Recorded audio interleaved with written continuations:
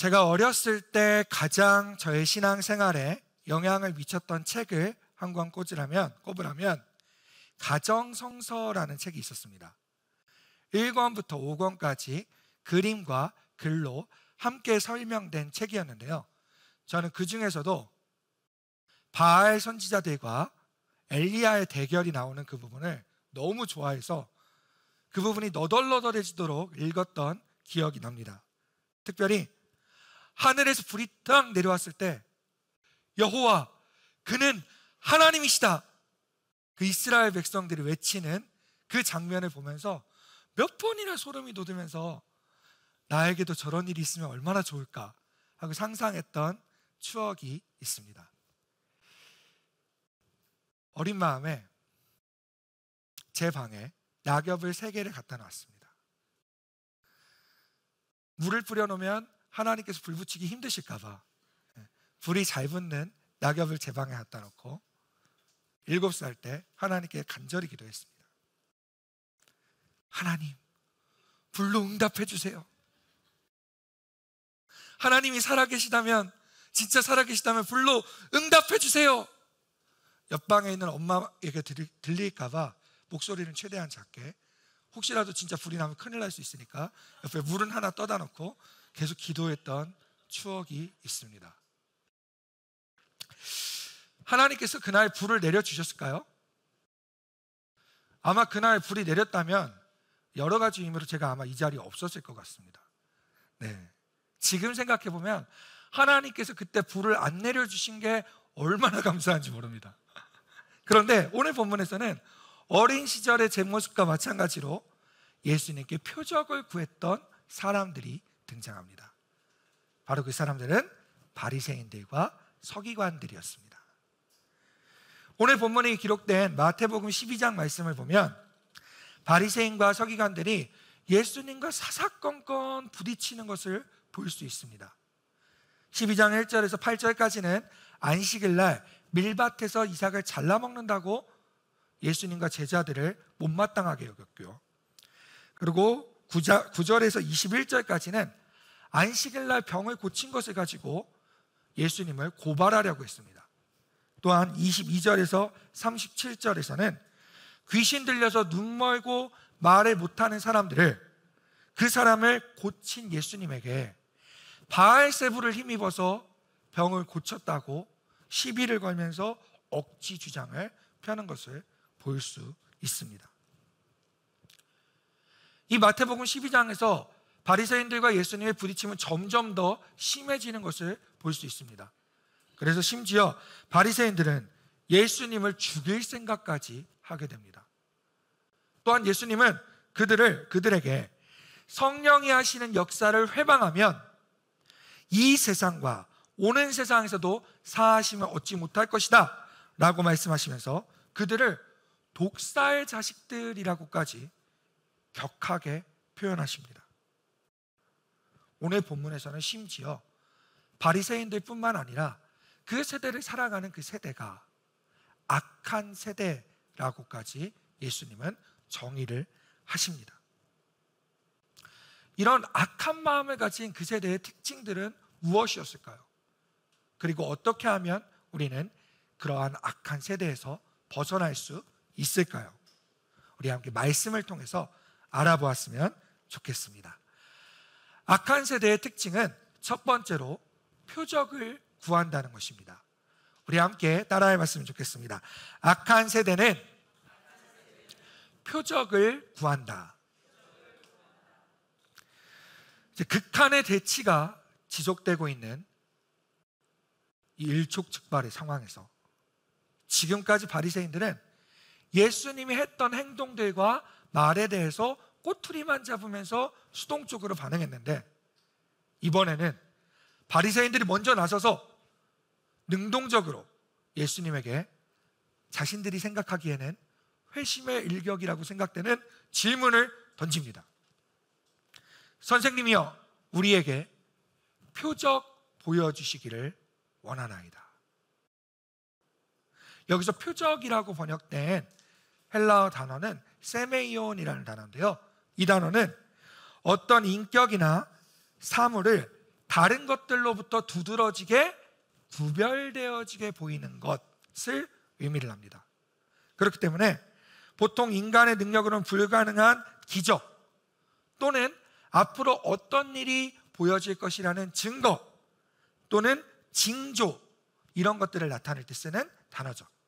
쉽게 이야기하면 표적이란 믿을 만한 표시가 되는 기적을 보여주십시오 라고 하는 말과 똑같은 말입니다.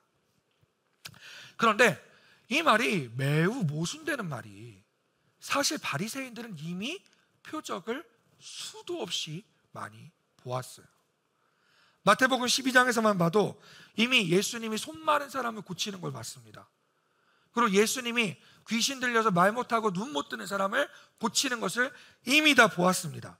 그 외에도 예수님께서 행하신 수많은 기적들을 보았고, 예수님이 하나님이시며 하나님께서 보내신 메시아라는 걸 증명하는 그 수많은 기적들을 지금까지 계속해서 보았음에도 불구하고 또 표적을 요구하고 있는 겁니다. 이것들을 볼 때 바리새인들이 표적을 요구한 의도는 예수님이 다윗의 자손 메시아임이 증명하기에 그 증거들이 부족하기 때문에 표적을 구한 것이 아니라, 어떻게 해서든 예수님의 행동과 예수님의 말에서 꼬투리를 잡고 싶어서 표적을 구했다는 것을 알 수 있는 것이죠. 예수님은 그것을 이미 알고 있었기 때문에 바리새인들과 서기관들을 바라보며 그들을 이렇게 정의하십니다. 따라해 볼까요? 악하고 음란한 세대. 그렇습니다. 그래서 음란하다는 뜻은요, 원래 뜻은 부부 외에 다른 사람과 관계를 맺는, 간통하는, 이런 뜻을 가지고 있습니다. 그런데 구약 성경에서부터 지금까지 하나님께서 이스라엘 백성을 보고 음란하다라고 이야기하실 때는 이런 뜻이 있습니다. 하나님과 그의 백성과의 관계에 있어서 신실하지 못하고 신랑이신 하나님을 버리고 다른 것들을 계속해서 찾아나가는 그런 모습들을 보실 때 하나님께서는 이스라엘 백성들 보고 음란하다라고 표현을 하셨습니다. 그렇습니다. 하나님과 함께하기로 언약한 백성임에도 불구하고 그분의 말씀에 대해서 만족하지 못하고, 그 말씀만으로 만족하지 못하고, 눈앞에 보이는 다른 증거들과 눈앞에 보이는 다른 정욕적인 것들을 찾아 헤맬 때, 그때 하나님께서는 그들에게 음란하다라고 표현을 하신 것입니다. 하나님께서는 우리에게 온전하고도 완전한 말씀을 성경을 통해 허락해 주셨습니다. 또한 요한복음에서 그 말씀이 예수 그리스도이시고, 그 말씀은 살았고 운동력이 있어서 지난 2000년 동안 우리 안에서 역사하셨고, 또한 우리 모든 삶의 문제에 충분한 해답이 되는 말씀입니다. 그럼에도 불구하고 그 말씀을 버리고 말씀을 소홀히 여기고 우리의 욕심에 따라 하나님께 무엇인가를 계속해서 요구하고 하나님께서 우리에게 또 다른 증거를 보여주길 원하시는 그 마음은, 완전하신 말씀으로 만족하지 못하겠어, 나는 다른 것으로 더 증거를 찾겠어 라고 말하는 음란함과도 같은 것입니다. 그렇기에 예수님은 표적을 구하는 이들에게 내가 보여줄 표적은 요나의 표적밖에 없다라고 말씀하십니다. 우리 함께 마태복음 12장 39절 말씀을 읽어보도록 하겠습니다. 시작. 예수께서 대답하여 이르시되 악하고 음란한 세대가 표적을 구하나 선지자 요나의 표적밖에는 보일 표적이 없느니라. 아멘. 여러분, 요나의 표적이 무엇입니까? 하나님께서는 요나에게 니느웨로 가서 하나님의 말씀을 전하라고 명령하셨습니다. 하지만 요나는 니느웨 사람들, 원수인 니느웨 사람들에게 하나님의 말씀을 전하기가 싫어서 자기 맘대로 다시스로 가는 배를 타고 도망가게 되죠. 근데 그 와중에 하나님께서는 폭풍우를 보내시고 요나는 제비에 뽑혀서 폭풍우 치는 바닷 가운데 던져지게 됩니다. 거기서 큰 물고기 뱃속에 잡아먹혀서 들어가게 되고 사흘 밤낮을 그곳에서 지내다가 물고기 뱃속에서 나오게 되죠. 예수님께서는 왜 갑자기 뜬금없이 이런 요나의 표적 이야기를 꺼냈을까요? 바로 이 요나의 표적이 예수님께서 앞으로 행하실 일을 나타내는 예표였기 때문입니다. 요나가 물고기 뱃속에서 사흘 밤낮을 있던 것처럼 예수님도 우리의 모든 죄를 짊어지시고 죽음 가운데서 3일 동안 있다 다시 살아나실 것을 예표하는 것이 바로 요나의 표적이었기 때문입니다. 예수님은 이 이야기를 통해서 앞으로 수많은 증거들이 있겠지만 그 수많은 증거들보다 가장 중요한 증거는 자신이 죄와 죽음을 이기고 사흘 만에 다시 부활하는 것, 이 표적이 이 악한 세대에게 보여줄 가장 강력한 증거라는 것을 말씀해주고 계신 것입니다. 여러분, 우리는 이 일을 두 글자로 줄여서 뭐라고 이야기할까요? 바로 복음이라고 이야기를 합니다. 사실 아무리 놀라운 기적과 생생한 증거들을 계속해서 보여준다고 하여도 마음에 의심이 있는 사람들은 어떤 증거를 보여줘도 계속해서 그들은 의심하게 될 겁니다. 예수님은 그것을 알고 계셨기 때문에 하나님이신 예수 그리스도 그 자신이 인간의 몸을 입고 모든 고통을 당하시고 그리고 모든 죄를 짊어지시고 우리를 대신하여 죽으셔서 사흘 만에 죽음을 이기시고 다시 살아나시는 이 복음만이 이 악한 세대의 음란함을 잠재울 수 있는 방법이라고 선포하신 것입니다. 지금 우리가 살고 있는 이 세대는 어쩌면 이 바리새인들이 살고 있던 세대보다 더 악한 세대일지도 모릅니다. 요즘 세대는 절대적인 진리가 없다고 얘기를 하죠. 그러면서 끝없이 증거를 요구합니다. 과학적인 증거를 가져와라. 믿을 만한 증거를 가져와라. 나에게 납득될 만한 증거를 가져와라.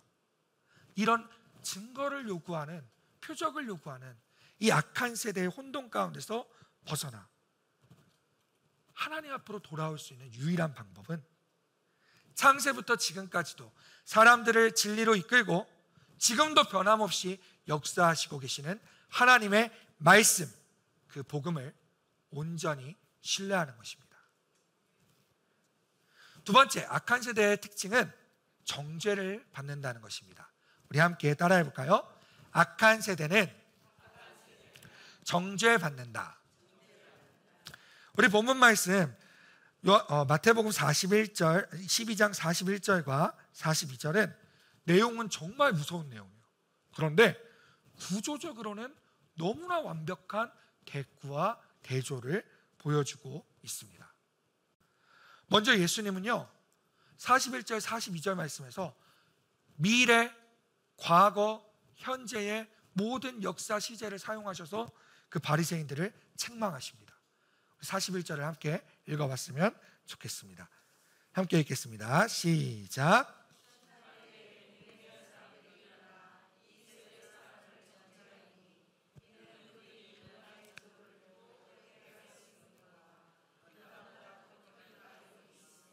아멘. 여러분, 미래를 나타내는 심판 때에 과거의 사람들이었던 니느웨 사람들이 일어나 그 당시 현재를 살아가고 있는 바리새인들을 정죄합니다. 왜냐하면 그 당시 사람들은 요나의 회개를 듣고 요나의 말씀의 선포를 듣고도 회개하였지만 그 당시 바리새인들은 요나보다 훨씬 크고 위대한 예수님께서 말씀을 하시는데도 불구하고 듣지 않았기 때문입니다. 42절 말씀도 함께 읽어볼까요? 시작. 심판 때에 남방 여왕이 일어나 이 세대 사람을 정죄하리니 이는 그가 솔로몬의 지혜로운 말을 들으려고 땅 끝에서 왔음이었거니와 솔로몬보다 더 큰 이가 여기 있느니라. 아멘. 42절도 완벽하게 똑같은 형식으로 예수님 선포하십니다. 미래를 나타내는 심판 때에 과거의 사람이었던 남방 여왕이 일어나 이 세대를 살아가고 있는 바리새인들을 정죄합니다.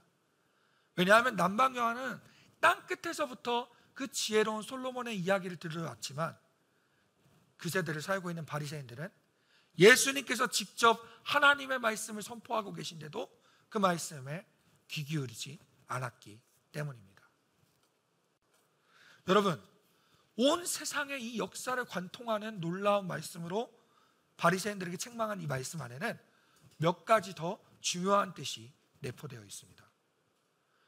구약 성경에서 어떤 일을 판단하고 재판할 때 증인으로 삼아야 할 사람은 몇 명이 필요할까요? 성경은 2명이 필요하다고 합니다. 예수님은 정확하게 2명을 심판대의 증인으로 세워서 바리새인들을 정죄하고 있습니다. 또한 여러분, 이 증인으로 일어나서 세워진 사람들의 면면을 잘 살펴보셨으면 좋겠습니다. 첫 번째는 누가 증인으로 나왔죠? 누가 증인으로 나왔죠? 네, 니느웨 사람들이 증인으로 나왔습니다. 두 번째는 누가 증인으로 나왔죠? 네, 남방 여왕이 증인으로 나왔습니다. 이 두 사람은, 두 부류의 증인들은 유대인들이 그토록 싫어하고 짐승처럼 여기던 이방인들이었습니다. 자신들이 그토록 낮게 여기고 무시하던 그 사람들이 증인으로 나와서 왜 너희들은 우리보다 훨씬 더 좋은 조건에서 그렇게 하나님의 말씀을 듣고 하나님이신 예수 그리스도를 직접 보고도 믿지 않았느냐? 라고 정죄하는 이 말씀을 바리새인들과 서기관들이 그 자리에서 딱 들었을 때 어떤 느낌이 들었을까요? 아마도 자신들을 향해서 딱 정조준된 그 화살을 바라보며 두려움에 떠는 그런 느낌으로 예수님의 이 말씀을 받아들였을 겁니다. 우리가 사는 세대를 만약에 정죄한다면 아마도 더하면 더했지 덜하지는 않을 것 같은 생각이 듭니다. 여러분, 지금 우리가 살고 있는 세대는 말씀의 홍수가 넘쳐나고 있는 세대입니다. 마음만 먹으면 언제나 어디서나 말씀을 공부하고 들을 수 있는 그런 시대입니다. 남방 여왕은 솔로몬의 지혜로운 말씀을 듣기 위해 땅끝에서부터 걸어와야 됐지만 지금은 우리는 손가락 한 번만 클릭하면 수많은 지혜의 말씀이 쏟아지고 있는 시대입니다. 어쩌면 심판날에 성경을 읽지 못해서 안타까워했던 우리 조상들, 선조들이 우리를 정죄할지도 모릅니다. 우리가 그토록 읽고 싶고 알고 싶었던 그 성경 말씀이 이렇게 널려있는 세상을 살면서 당신들은 어찌하여 그 귀한 말씀을 여기에 두고 다른 곳에 더 정신이 팔려 있습니까? 어쩌면 우리 조상들이었던 침례교의 선조들이 우리들을 정죄할지도 모릅니다. 우리는 말씀을 듣기 위해 산을 3개를 넘고 며칠을 굶주리며 길을 떠나서 며칠 동안 하나님의 말씀을 사모하며 그렇게 말씀을 찾아 헤맸는데 이 세대 사람들은 생명의 말씀이 폭포수처럼 쏟아지는 이 시대에 어찌하여 말씀을 듣지 못하고 메말라가고 있습니까? 적어도 우리가 심판날에 이러한 정죄를 받지 않기를 원합니다. 우리 앞에 놓여있는 하나님의 말씀을 세상 그 어떤 보물보다 더 소중한 귀한 보물로 여기고 날마다 묵상하며 그것들을 소중히 여기며 함께 말씀과 살아가는 우리가 되기를, 그리고 그런 진리의 말씀 가운데 거하는 성도님들 되시기를 주님의 이름으로 축복합니다. 그렇다면 이 악한 세대를 벗어나기 위해서 우리는 어떻게 해야 될까요? 우리 함께 따라해 볼까요? 악한 세대를 벗어나기 위해서는 말씀으로 나를 채워야 한다. 예수님은 바리새인들의 상태를 설명하시면서 마지막으로 귀신 들린 사람의 비유를 말씀하십니다. 우리 마태복음 12장 43절부터 45절까지를 함께 읽어보겠습니다. 제가 한 절, 여러분이 한 절 읽겠습니다. 더러운 귀신이 사람에게서 나갔을 때에 물 없는 곳으로 다니며 쉬기를 구하되 쉴 곳을 얻지 못하고 이에 이르되 내가 나온 내 집으로 돌아가리라 하고 와보니 그 집이 비고 청소되고 수리되었거늘. 다 같이 읽겠습니다. 이에 가서 저보다 더 악한 귀신 7을 데리고 들어와서 거하니 그 사람의 나중 형편이 전보다 더욱 심하게 되느니라. 이 악한 세대가 또한 이렇게 되리라. 아멘. 여러분, 유대인들의 마음 상태는요, 처음엔 율법으로 인해 깨끗하게 청소된 상태였습니다. 처음에는 율법을 듣고 그들의 행위와 행동을 고쳐서 회개한 상태였죠. 그런데 다음이 문제입니다. 본래 율법을 만든 의미를 잊어버리고 왜 이런 행동을 했는지, 왜 이런 행사와 의식이 있었는지, 이 의미를 모두 잃어버리고 껍데기만 남아있는 그 상태가 계속되면서 그 공허하고 빈 마음에 악한 귀신이 더욱더 강한 7 귀신을 데리고 와서 찾아옵니다. 그 결과 나중 형편은 더 심해져서 심지어 하나님, 그 율법을 주신 하나님께서 직접 이 땅에 오셔서 말씀하시는데도 알아보지도 못하고 그 하나님이신 예수님을 핍박하는 상황에까지 이르게 된 것이죠. 여러분, 이 악한 세대의 풍조는 다만 유대인들의 시대에만 해당하는 것이 아닙니다. 요즘 세상의 풍조, 특별히 우리 젊은이들, 다음 세대들에게는 이런 풍조들이 많이 퍼지고 있는 것 같습니다. 불교적인 그런 상황, 불교에서 강조하는 그런 생각들이 우리 사랑하는 청소년들에게 많이 있는 것 같습니다. 불교에서는요, 궁극적인 목표를 피안이라고 적고 있습니다. 피안이 뭐냐면 다른 언덕, 이 세상과는 분리된 완전히 무념무상의 세계, 욕심이 하나도 없고, 그리고 모든 생각이 다 비워진 깨끗한 그런 생각, 거기서 참된 평안을 얻을 수 있다, 이렇게 이야기를 하죠. 현대사회의 복잡함과 무한 경쟁에 지친 사람들에게는 이런 대안이 되게 매력적으로 다가옵니다. 그래서 모든 것을 조용히 내려놓고 조용히 명상하고 복작복작한 세상을 뒤로하고 잠시 떠나 있는 것이 이 세상을 살아가는 지혜라고 속삭입니다. 그런데 오늘 성경 본문 말씀은 단호하게 이야기하고 있습니다. 사람의 마음은 비워놓으면 악한 영들이 와서 그 마음을 차지한다는 것입니다. 하나님의 말씀 외에 그 어떤 것도 우리 사람의 마음을 채울 수 없습니다. 그 어떤 것도 우리에게 영원한 만족을 줄 수가 없습니다. 하나님의 말씀 외에 다른 것으로 우리 마음을 채우려고 하면 악한 귀신이 7 귀신을 불러서 우리 안에 들어온 것처럼 끝없는 갈급함과 끝없는 의심과 끝없는 절망 가운데서 채워지지 못하는 그 공허함을 채우려고 계속해서 헤매게 됩니다. 이 메시지는 예수님을 믿지 않은 사람들에게만 해당되는 것이 아닙니다. 예수님을 믿는 사람들에게도 해당됩니다. 우리는 일주일 동안에 정말 힘들게 살다가 교회 와서 말씀을 듣고 말씀을 통해서 변화되죠. 한 주간 동안 지었던 모든 죄악들을 또 회개하고 깨끗한 마음으로 살아가겠다고 다짐합니다. 하지만 여러분, 교회 문 밖을 나가셨을 때 그 깨끗한 마음에 지속적으로 우리가 하나님의 말씀을 넣고 함께 묵상하고 하나님과 동행하지 않는다면 그 깨끗한 마음은 누구의 강력한 유혹과 먹잇감이 되냐면 귀신들의 먹잇감이 됩니다. 이러한 악한 세대의 특징에서 우리가 벗어나기 원합니다. 우리의 마음을 늘 하나님의 말씀으로 채워넣기 원합니다. 그리하여서 이 악한 세대를 정말 이기고 승리하며 살아갈 수 있는 우리 성도님들 되시기를 주님의 이름으로 축복합니다. 여러분의 여가 시간, 빈 시간, 그 빈자리들을 지금 무엇으로 채우고 계신가요? 여러분이 혼자 있을 때 어떤 행동으로, 어떤 생각으로 그 시간에 보내고 계신가요?